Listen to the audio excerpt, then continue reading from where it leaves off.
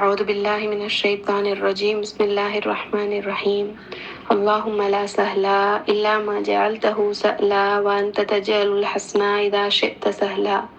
அஸ்ஸலாமு அலைக்கும் வரஹ்மத்துல்லாஹி பரகாத்துஹு.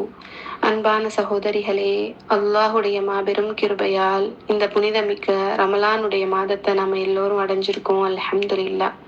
இந்த ரமலானுடைய மாதம் முழுக்க ஒவ்வொரு சனிக்கிழமைகள்ல இறைவனை நெருங்குவோம் அப்படிங்கிற தலைப்பின் கீழே நாம் அல்லாஹுடைய அன்பையும் நெருக்கத்தையும் பெறுவதற்கு என்னென்ன அமல்களை செய்யலாம் அப்படிங்கிறத பத்தி பார்த்துட்டு இருக்கோம்.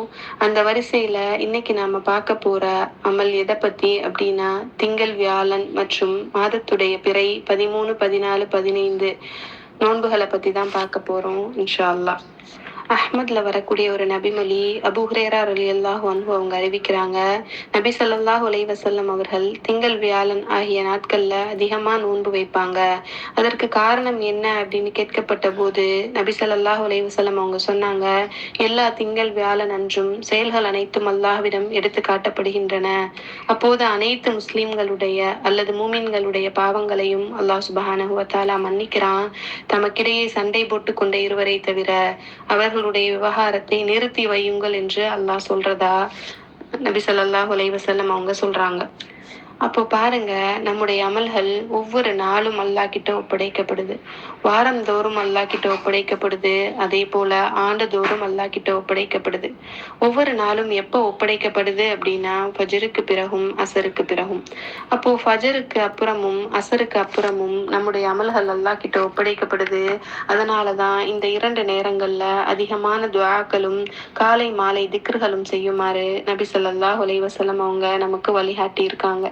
அதே போல வாரத்துல எப்போ ஒப்படைக்கப்படுதுன்னா, திங்கள் மற்றும் வியாழன் இந்த 2 நாட்கள்லையும் அந்த வாரம் முழுக்க நாம செஞ்ச அமல்கள் நம்முடைய இறைவனிடம் ஒப்படைக்கப்படுது அப்படின்னு நபி ஸல்லல்லாஹு அலைஹி வஸல்லம் அவங்க சொல்றாங்க. அந்த காரணத்தினாலதான் நபி ஸல்லல்லாஹு அலைஹி வஸல்லம் அவர்கள் திங்கள், வியாழன் நோன்பையும் வலியுறுத்துறாங்க. இந்த 2 நாட்கள் என்னுடைய அமல்கள் என் ரப்பு கிட்ட சமர்ப்பிக்கப்படுது. இந்த வாரம் முழுக்க நான் செய்த என்னுடைய அமல், நான் தொழுத தொழுகை, நான் செய்த தர்மம், நான் பிறர்கிட்ட நடந்துகிட்ட முறை, பிறரை பற்றி நான் பேசிய பேச்சுக்கள், இப்படி எல்லா அமல்களும் அல்லாஹ் சுப்ஹானஹு வ தஆலா கிட்ட ஒப்படைக்கப்படுது. அந்த 2 நாள் நான் நோன்போட இருக்கணும்னு விரும்புறேன் அப்படின்னு நபி ஸல்லல்லாஹு அலைஹி வஸல்லம் அவங்க சொல்றாங்க. அதே போல ஷஅபானுடைய மாதத்துல ஒரு மனிதனுடைய அமல்கள் அல்லாஹ் கிட்ட ஒப்படைக்கப்படுது. ஒரு ஆண்டு முழுக்க அவர் என்னென்ன நன்மைகள் செய்தாரு, என்னென்ன தீமைகள் செய்தாரு அப்படிங்கிறது எல்லாமே அல்லாஹ் கிட்ட ஒப்படைக்கப்படுது. திங்கள் மற்றும் வியாழன் நோன்பு நோக்கிறதால வேறு என்னென்ன சிறப்புகள் இருக்கு அப்படின்னு பார்த்தோம்னா, முஸ்லிம்ல இடம் பெறக்கூடிய ஒரு நபிமொழி, திங்கட்கிழமை நோன்பை பற்றி நபி ஸல்லல்லாஹு அலைஹி வஸல்லம் அவங்க கிட்ட கேட்கப்பட்ட போது நபி ஸல்லல்லாஹு அலைஹி வஸல்லம் அவங்க சொல்றாங்க, அந்த நாளில் தான் நான் பிறந்தேன், அந்த நாளில் தான் நான் நபியாக அனுப்பப்பட்டேன், அந்த நாளில் தான் எனக்கு அல் குர்ஆன் அருளப்பட்டது அப்படின்னு சொல்றாங்க. அப்போ நம்முடைய தூதர், நம்முடைய வாழ்வின் வழிகாட்டி, நம்முடைய தலைவர் நபி ஸல்லல்லாஹு அலைஹி வஸல்லம் அவங்க பிறந்த தினம் திங்கட்கிழமை. குர்ஆன் என்னும் புனிதமிக்க வேதம் நமது வாழ்வின் வழிகாட்டி, அல்லாஹுடைய கலாமாகிய அல் குர்ஆன் அருளப்பட்ட நாள் திங்கட்கிழமை. நபி ஸல்லல்லாஹு அலைஹி வஸல்லம் அவங்களுக்கு முதலா வஹி வந்த நாள். இப்படி நிறைய சிறப்புகள் இந்த திங்கட்கிழமைகளுக்கு இருக்கிறதால தான் நபி ஸல்லல்லாஹு அலைஹி வஸல்லம் அவர்கள் திங்கட்கிழமை நோன்ப அவங்களும் வச்சிருக்காங்க, நமக்கும் நம்மளையும் வைக்குமாறு வழிகாட்டியிருக்காங்க. அப்போ ஒரு இறை நம்பிக்கையாளர் தன்னுடைய இறைவனுடைய நெருக்கத்தை பெற்றுக்கொள்வதற்காக தன்னால எதெல்லாம் செய்ய முடியுமோ அது எல்லாத்தையும் செய்யக்கூடியவராயிருப்பார் இல்லையா? அப்போ இறைவனுடைய தூதர், நபிமார்களின் தலைவர், இறைவனின் நேசத்திற்குரிய நம்முடைய நபி ஸல்லல்லாஹு அலைஹி வஸல்லம் அவங்க இறைவனுக்கு மிகவும் நெருக்கமான நபி. அவங்க எதையெல்லாம் செய்து நமக்கு வழிகாட்டி இருக்காங்களோ அதை செய்யறதும், எதை விட்டும் நம்மளை தடுத்திருக்காங்களோ அதை தவிர்ந்து கொள்வதும் தான் அவர்களை பின்பற்றி வாழக்கூடிய நபி ஸல்லல்லாஹு அலைஹி வஸல்லம் அவங்களுடைய உம்மத்துகளாகிய நம்முடைய வாழ்க்கை முறையா இருக்கணும். ஆனா இன்னைக்கு நம்மள பலர் மார்க்கமா நபி ஸல்லல்லாஹு அலைஹி வஸல்லம் அவங்க காட்டி தராத நிறைய ஃபித்னாக்களை செய்யக்கூடியவங்களா இருக்கும். அதிலிருந்து நாம விலக்கி கொண்டு வாழ்றது தான் நபி ஸல்லல்லாஹு அலைஹி வஸல்லம் அவங்கள பின்பற்றி வாழக்கூடிய நம் மீதான கடமையா இருக்கு. ஏன்னா அல்லாஹ் சுப்ஹானஹு வ தஆலா தன்னுடைய திருமறை குர்ஆன்ல சூரா ஹஷ்ருடைய 7வது வசனத்துல சொல்லும்போது சொல்றான், வமா ஆதாகுமுர் ரசூல ஃபஹுதூஹு வமா நஹாகும் அன்ஹு ஃபன்தஹு வத்தகுல்லாஹ இன்னல்லாஹ ஷதீதுல் இகாப். நம் தூதர் உங்களுக்கு எதை கொடுக்கின்றாரோ அதை எடுத்துக் கொள்ளுங்கள், எதை விட்டும் உங்களை விலக்குகின்றாரோ அதை விட்டும் விலகிக் கொள்ளுங்கள். இன்னும் அல்லாஹ்வை அஞ்சிக் கொள்ளுங்கள், நிச்சயமாக அல்லாஹ் வேதனை செய்வதில் மிக கடினமானவன்.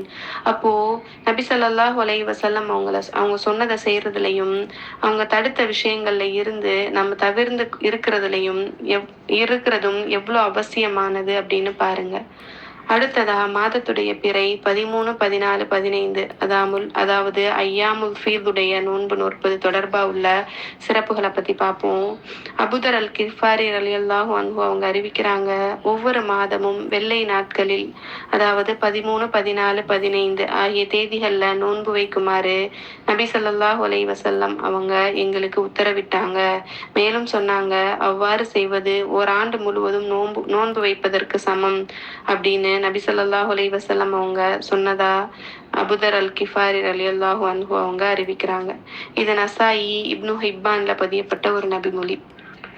இன்னொரு நபிமொழியில மாதத்தில் 3 நாட்கள் நோன்பு நோற்பதென்றால் 13, 14, 15 ஆகிய நாட்களில் நோன்பு நோற்பிறாக அப்படின்னு நபி ஸல்லல்லாஹு அலைஹி வஸல்லம் அவங்க சொன்னதா அபூதர் ரலியல்லாஹு அன்ஹு அவங்க அறிவிக்கிறாங்க. நபி ஸல்லல்லாஹு அலைஹி வஸல்லம் அல்லாஹ்வுடைய நேசத்தையும் நெருக்கத்தையும் பெறுவதற்காக நமக்கு தினமும் செய்யக்கூடிய நிறைய சுன்னத்தான சில காரியங்களை சொல்லி தந்திருக்காங்க. சில சுன்னத்துகள் வாரந்தோறும் செய்யக்கூடியவையா இருக்கு, சிலது மாதம் தோறும் செய்யக்கூடியவை, சிலது வருடந்தோறும் செய்யக்கூடியவை. இப்படி நிறைய சுன்னத்தான காரியங்களை நமக்கு சொல்லி தந்திருக்காங்க. அந்த வரிசையில ஐயாமுல் ஃபீத் அப்படிங்கிற பிறை 13, 14, 15 நோன்பு நம்ம மாதந்தோறும் செய்ய வேண்டிய சுன்னத்தா இருக்கு. இந்த சுண்ணாவை நாம விடாம கடைபிடிக்கக்கூடியவங்களா இருக்கணும். ஏன்னா நோன்பு அப்படிங்கிற அமல் நமக்கு அல்லாஹ் கிட்ட அதிகமான நன்மைகளை பெற்றுத்தரக்கூடியதா இருக்கு. மற்ற எல்லா அமல்களுக்கும் அதுக்கான கூலிய அல்லாஹ் சுப்ஹானஹு வ தஆலா சொல்லியிருக்கான்.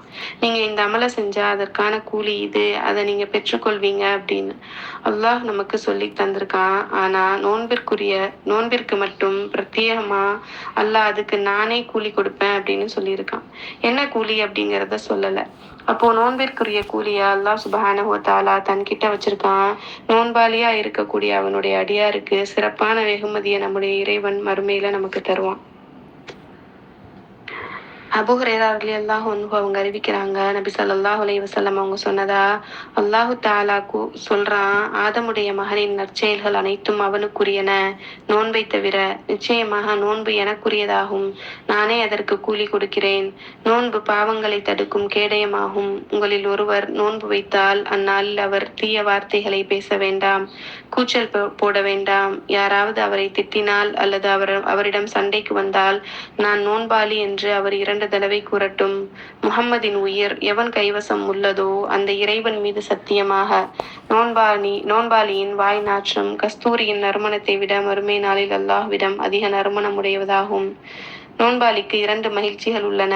நோன்பு திறக்கும் போது மகிழ்ச்சி அடைவான், அதே போல மறுமையில் தன் அதிபதியை சந்திக்கும் போது தனது நோன்பின் மூலம் மகிழ்ச்சி அடைவான்.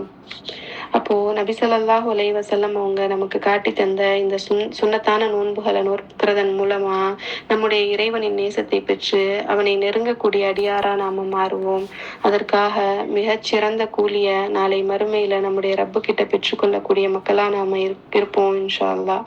எதை கேட்டோமோ கேட்டதின்படி செயல்படக்கூடிய மக்களா அல்லாஹ் சுப்ஹானஹு வ தஆலா என்னையும் உங்களையும் ஆக்கி அருள் புரிவானாக.